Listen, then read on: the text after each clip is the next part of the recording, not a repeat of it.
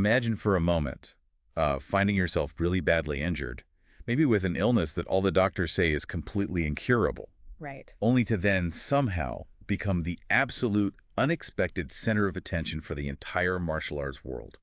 Yeah, it sounds pretty wild, doesn't it? It really does. That's the extraordinary, almost unbelievable journey we're about to dive into today. We're following this young man whose, dire physical condition somehow acts as this unwitting magnet. A magnet, yeah.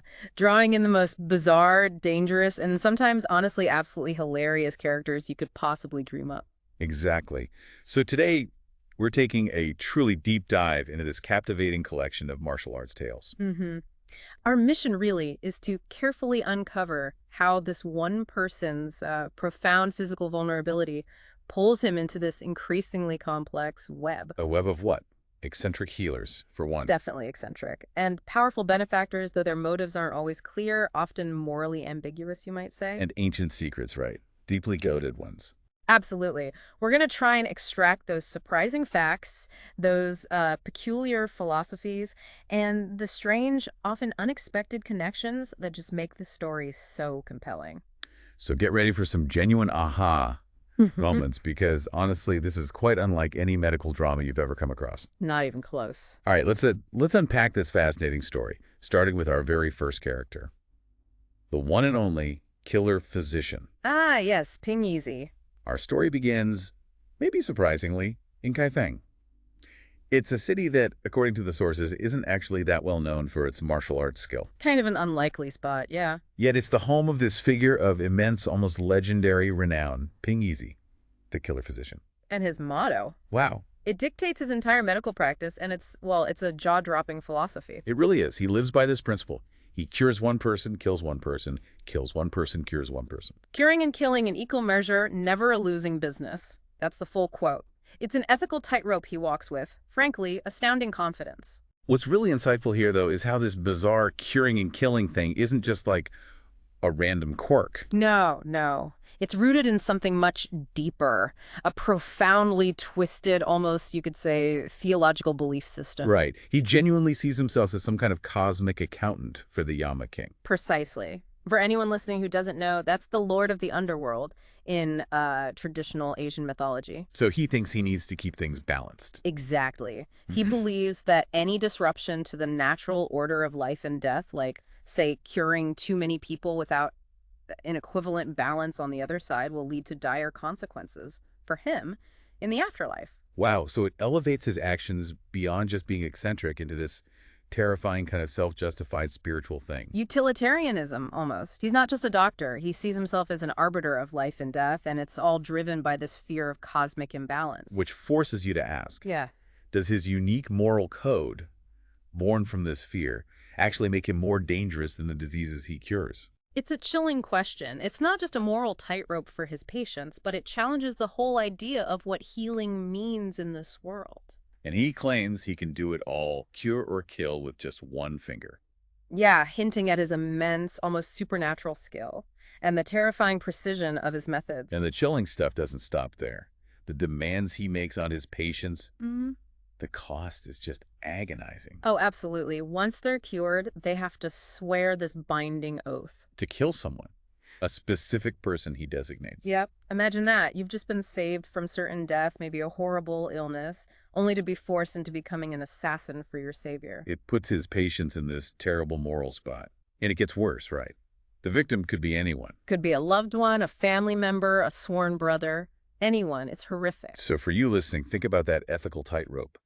Is it ever okay to demand a life for a life, even for a miracle cure? It sounds like a complete utilitarian nightmare, doesn't it? Where the end saving one life tragically justifies the means taking another. And this peculiar doctor, operating under these extreme rules, he becomes super relevant to our main character, Ling Hu Chang. Right, because Liu Chong has these severe internal injuries that seem beyond any conventional hope. And Ling Hu Chang himself, even in his despair, he actually jokes about it, doesn't he? Darkly humorous. He does. He quips that if he went to Ping Yizi, the doctor would probably ask him to kill his beloved junior sister, Yu Lingshan. Which just highlights how unpredictable and, frankly, feared Ping Yizi is, even by people desperate enough to consider his cures. Exactly. It's a simple joke, but it says so much. Okay, so at this point in the story, Ling Huchang's own group, the Huashan sect, Known for their swordsmanship, yeah, and often quite rigid principles. they're planning to leave Kaifeng. They're heading for Zuxian Town, And Zuxian Town isn't just some random place. It has deep historical significance for their sect. It's linked to the legendary General Yu Fei. a figure of patriotism, martial valor. It sort of emphasizes the traditional world Ling Huchang comes from. Which makes the bizarre, unorthodox stuff he's about to encounter even more jarring, you know? Totally. But amidst all this, Ling Huchang is just feeling incredibly down, completely alone. He's weakened not just by his physical condition, which is serious, Right, debilitating. but maybe even more so by this crushing personal heartbreak. He's really at a low point, physically and emotionally. And it's precisely in this vulnerable state, sick, heartbroken, in Zuxian Town, that the first truly bizarre encounter happens. It kind of lights a fuse. It really does. It's almost like his despair and his precarious condition act as this, well, you said it before, an unwitting magnet. Drawing in the martial world's most eccentric, dangerous, and sometimes hilariously absurd figures right to him. Yeah, he's not looking for them. His weakness itself is pulling him deeper into this chaotic underbelly. Yeah. His personal tragedy becomes the unlikely center of these amazing events. Speaking of absurd, Yeah. at Zuxian Town's Yang General Temple, Mm-hmm. the Huashan group bumps into the Peach Valley Six Immortals. Or maybe more fittingly, the Peach Valley Six Monsters. Ha. Yes, the monsters. That fits better sometimes. Their first appearance is just pure chaotic absurdity. Imagine this. They're arguing right there in the temple About what this time? about whether the character Dai, which means re, or again, if that implies multiple people in a name. Oh my goodness, seriously. Seriously. Or if names like Eon, meaning 1,000, and 10,000 mean someone literally has 1,000 or 10,000 kids. That's their brand of logic, all right? Utterly nonsensical. You have to laugh, right? What kind of chaotic thinking is that? It's pure, unadulterated, chaotic logic. And it's brilliant storytelling, really. It immediately tells you everything about them. Formidable fighters, but completely ridiculous thinkers. Exactly. Their constant, nonsensical arguments are frustrating for everyone else, but kind of darkly funny for us. They operate on their own unique wavelength. Where literal interpretation leads to the most absurd and often dangerous conclusions. Pretty much. But despite their bizarre behavior, they are genuinely, if weirdly, concerned for their sixth brother, Peach Immortal 6. The one Yu Firen, Yu Buquan's wife, wounded earlier. That's the one.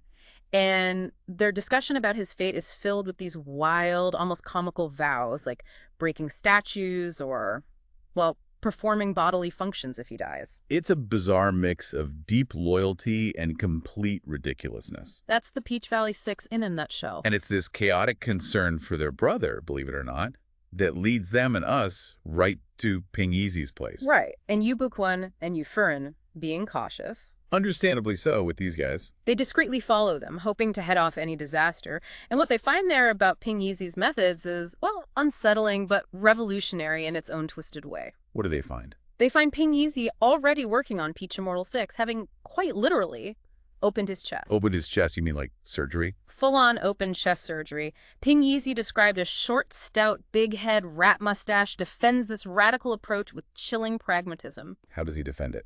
He says Peach Immortal 6 was brought to him too late for a simple cure, and he absolutely refuses to create cripples, says it would tarnish his reputation. His perfect, if morally questionable, reputation. Exactly. So his method, which he explains with this chilling lack of emotion, is to basically kill the old, damaged body, Kill it. metaphorically, perhaps literally in his mind, and then completely rebuild it. He doesn't just treat, he reconstructs. It's astonishing. Yeah. And deeply unsettling. So he's not just a doctor, he's like a recreator, playing God to maintain this perfect cure reputation. Pretty much. Does that cold, almost professional detachment make him more terrifying?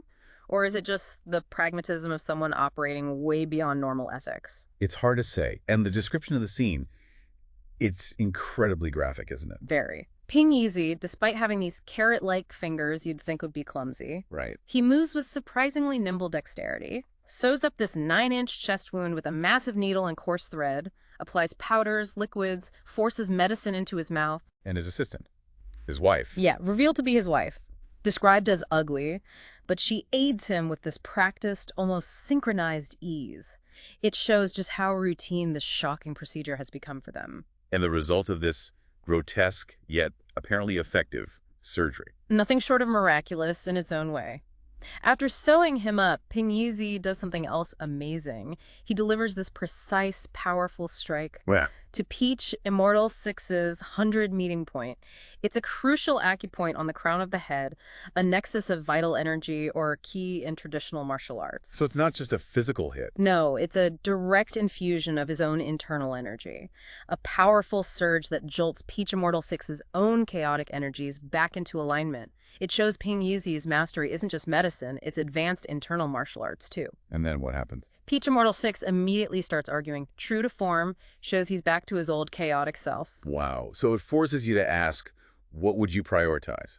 Strict ethics or these miraculous, if terrifying, results? It's a tough one. It's incredible how this radical approach, which you'd think people would fear, is applied with surprising deference when it comes to Ling Wuchang. Yes, Ping Yizi immediately diagnoses Ling Wuchang's condition as incredibly complex and crucially untreatable by conventional means. He sees those 8 conflicting internal energies swirling inside him, right? 2 from the Bukai monk and 6 from the Peach Valley monsters. Exactly, and he specifically says he's never encountered anything like it. Coming from the killer physician, that's a huge admission. This is an unprecedented medical challenge. It really highlights how other people's attempts to help Ling Wuchang have actually made him into this medical anomaly. A unique case that baffles even the world's most radical doctor. And then, predictably, The Peach Valley monsters start arguing. of course, over whose internal energy was stronger. Typical. Ping Yizi has to settle it, confirming the Bukai monk's energy was superior. A bit of dark humor there. And he even demonstrates his power using Ling Wuchang. Yeah, uses Ling Wuchang's body like a conduit to send an energy shock to one of the monsters. A chilling display of control, using the patient's condition to assert his authority. And he uses that authority to keep the monsters in line too, right? Yeah. With that oath. Absolutely. He orders them to stay put, leveraging their oath, disobey, and he'll make them kill their own brother. It shows the ruthless power of his bizarre contract system. But Ling Wuchang, despite everything, he refuses treatment on those terms. He does. If it means killing someone for Ping Yizi, he won't do it. A flicker of his moral code, even at his lowest point. But Ping Yizi just dismisses it. Says it doesn't matter, because someone else has already promised to kill on Ling Wuchang's behalf. Whoa, that's a major twist. Someone else made the deal for him. Apparently so. Ping Yizi then gives Ling Wuchang 10 rare heart-soothing qi regulating pills. Says they'll extend his life by 100 days. And Ling Wuchang just takes them. Yeah, heartbroken, weary, indifferent to life. He accepts them, but it feels more like resignation than hope. So the enigma of Ling Wuchang's benefactor just got way deeper. Absolutely. Who is this person with such pull over someone like Ping Yizi? And why agree to murder just to keep Ling Wuchang alive? That question hangs heavy. And it sets the stage for more gifts. And a very eccentric wine connoisseur hints at a hidden network already working behind the scenes. Definitely seems that way. And what gifts they are. Suddenly, mysterious deliveries start arriving at Ling Wuchang's boat. Food, amazing wine. Even gold and silver, right? Yeah. With no sender identified, everyone's totally baffled. And then he appears. Zhu Qinghui. A tattered scholar, but also a profound wine connoisseur. So skilled, he can apparently identify a wine's exact age just by smelling it. Which, even in this world of martial arts masters, is a pretty unique and impressive talent. What's fascinating is how he immediately starts talking about the art of pairing wines with specific drinking vessels. Yeah, it's not just about pace for him. It's the whole sensory, almost philosophical experience. It makes you wonder, is there really some mystical connection between the cup and the wine? Or is it all psychological enhancement, ritual, expectation? He certainly believes the vessel can unlock or enhance the wine's essence. He gives these incredibly elaborate, almost poetic explanations. Like jade cups for Fenji to enhance the color, Rhino horn for northern white wine to boost the aroma. luminous cups for grape wine to make it look like blood.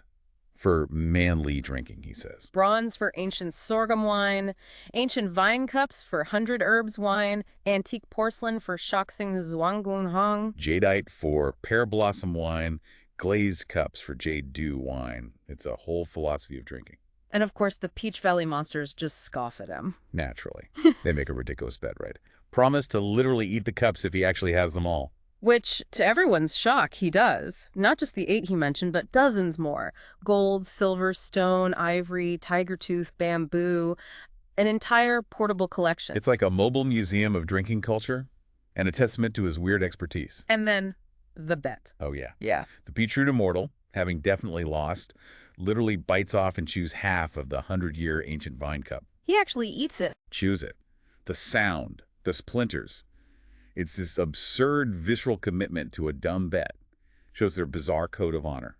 Wow. A moment of dark comedy, jarringly placed right before we learn the deeper secret about those wines. A secret tied directly to Ling Huchang's untreatable illness. Right. Zhu Qianku challenges Ling Huchang to drink all 8 wines from these precious cups. And despite tasting absolutely terrible, spicy, bitter, acrid, stinky, throat-cutting, medicinal... Real assault on the senses. And Huchang, in his despair and total indifference, just drinks every single one. Doesn't care if they kill or cure him, just resigned. And just as he finishes, bam, this truly bizarre figure bursts in. The short, impossibly fat man who can retract his limbs like a turtle. That's him, an utterly surreal physical ability, and he immediately points, furious, at Zhu Qianku. Accusing him of stealing his 8 life-prolonging pills, right? Exactly. And worse, mixing them into Ling Huchang's wine. These aren't just any pills. They took 12 years to make. Rarest ingredients supposedly can revive the dead. So what does this all mean? This is a huge twist, isn't it? A real aha moment. Massive.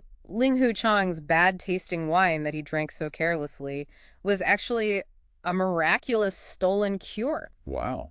And the fat man, Lao Ye. That's his name. He and Zhu Qianqi are apparently a notorious duo, the Yellow River Old Ancestor, and those pills were meant for his daughter, Busi.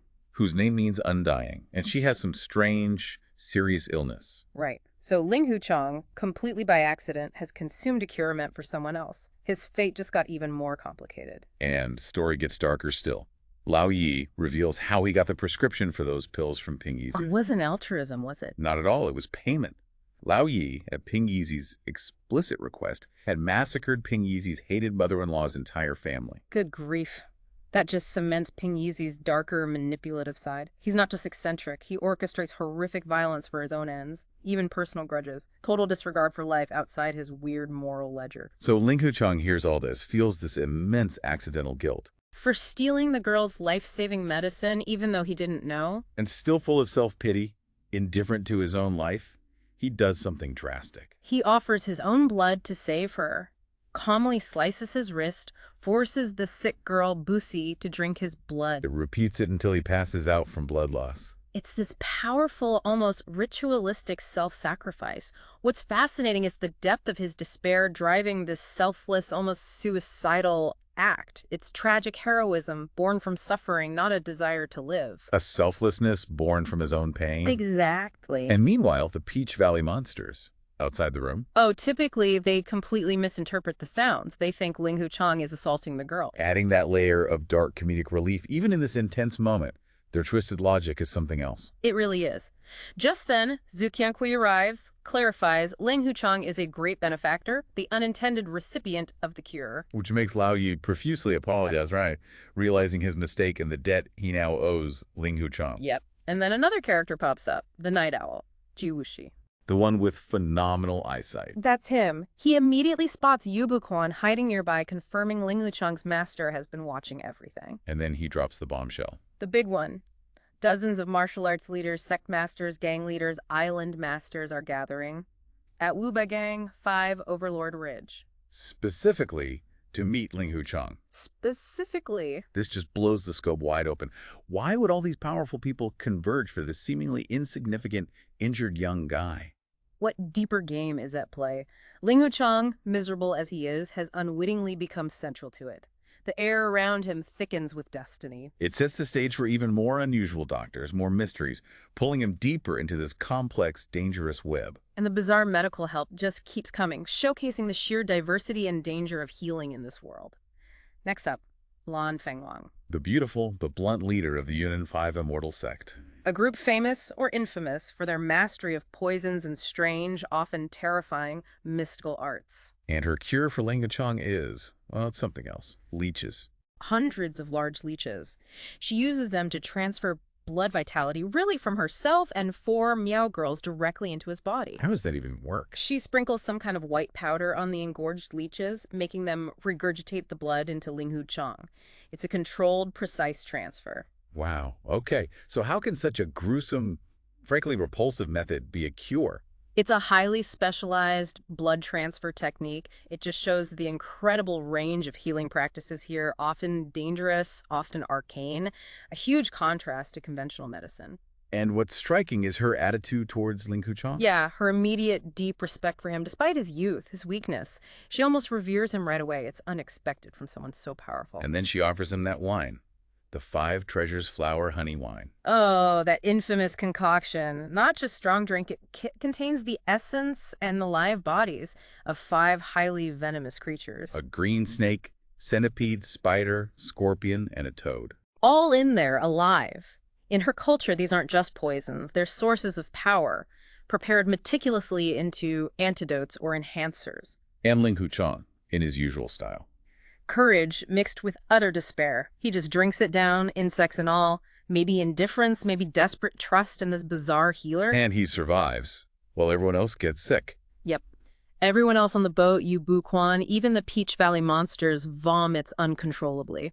It suggests the complex interplay of poisons and cures already in his system neutralized it, or maybe it was another antidote. Which definitely clears the way for the next stop and a confrontation over that sword manual. The group arrives in a town where Yu Kanghai, leader of the Qingsheng sect. Cunning, ruthless guy, known for underhanded tactics. He finds himself cornered, surrounded by 7 powerful martial artists. And they're all demanding the evil-warding sword manual. That legendary, almost mythical artifact. Rumored to grant unparalleled power, it's a catalyst for endless conflict, and it pulls Ling Kuchang right into its deadly orbit. And this manual is tied to Lin Pingzi's family tragedy. Intimately, and Lin Pingzi himself steps in, burning with revenge, declaring he wants to be the one to kill Yu Kanghai. This really brings a major plot driver right to the front, doesn't it? Absolutely. The Evil Warding Sword Manual isn't just a book. It's a profound source of conflict. Hints at immense power, the lengths people go to get it, sacrificing everything. And Lin Pingzi's desire for revenge is so raw. A classic tragic hero seeking vengeance, further tangling Ling Kuchang in these martial world problems. Exactly. And then suddenly, Yu Sun appears. Slippery hand. The wealthy merchant known for evasiveness and intelligence. Yeah. Vanishes into thin air kind of guy. That's him. Pops up right in the middle of this tense standoff. Claims he knows where the manual is, and intriguingly, hints at Ling Kuchang's huge, if unacknowledged, influence. And naturally charges money for the info, right? Yeah.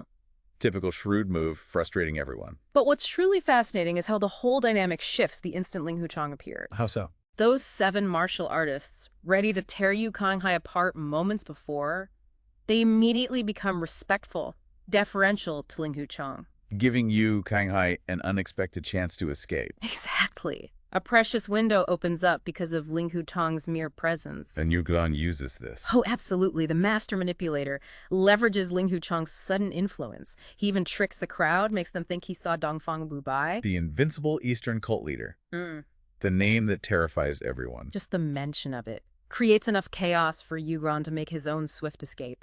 Shows how powerful names and reputations are in this world. And this constant talk of Wubagang just keeps building the anticipation. It foreshadows this grand culmination of all these bizarre, pivotal encounters. As they travel, more figures arrive. The Yellow River Gang leader, Huang Buyu, and the Sima Island master, Sima Da, both show profound, almost reverent respect for Ling Kuchang. And they confirm it. The gathering at Wubagang is really for him. They confirm it. A massive gathering, dozens of major figures, all converging specifically for Ling Kuchang. So connecting this to the bigger picture, Ling Kuchang started as this injured, despairing kid. And now he's undeniably at the very center of a major, unprecedented event. A focal point, unknowingly attracting powerful allies and enemies just by being in this unique, damaged state. And Yu Bu Quan, his master, he has to go along. He's deeply wary of these unorthodox characters and their chaotic ways, but he can't refuse. He senses a much bigger game is being played, one that could shape the whole martial world. So the Peach Valley monsters, all these other eccentric figures, they all join this procession towards Wubigang. Each with their own bizarre traits and hidden agendas, and Yu Buquan himself is still feeling the effects of Lan Fenghuang's poisons, reminding us of the strange nature of these cures and their lasting consequences. So you have to ask yourself, listening right now, what awaits Ling Huchang at Wubigang, this 5 Overlord Ridge? What role will he, this injured, despairing young man, truly play in this unprecedented gathering of the martial arts elite, where all these powerful forces are converging around him, seemingly by fate? We've journeyed through this world where medical ethics are just turned completely upside down by the terrifying killer physician. We've seen desperate, almost grotesque cures involving bleeding yourself out, consuming living poisons. Met hilariously chaotic monsters whose logic just breaks your brain.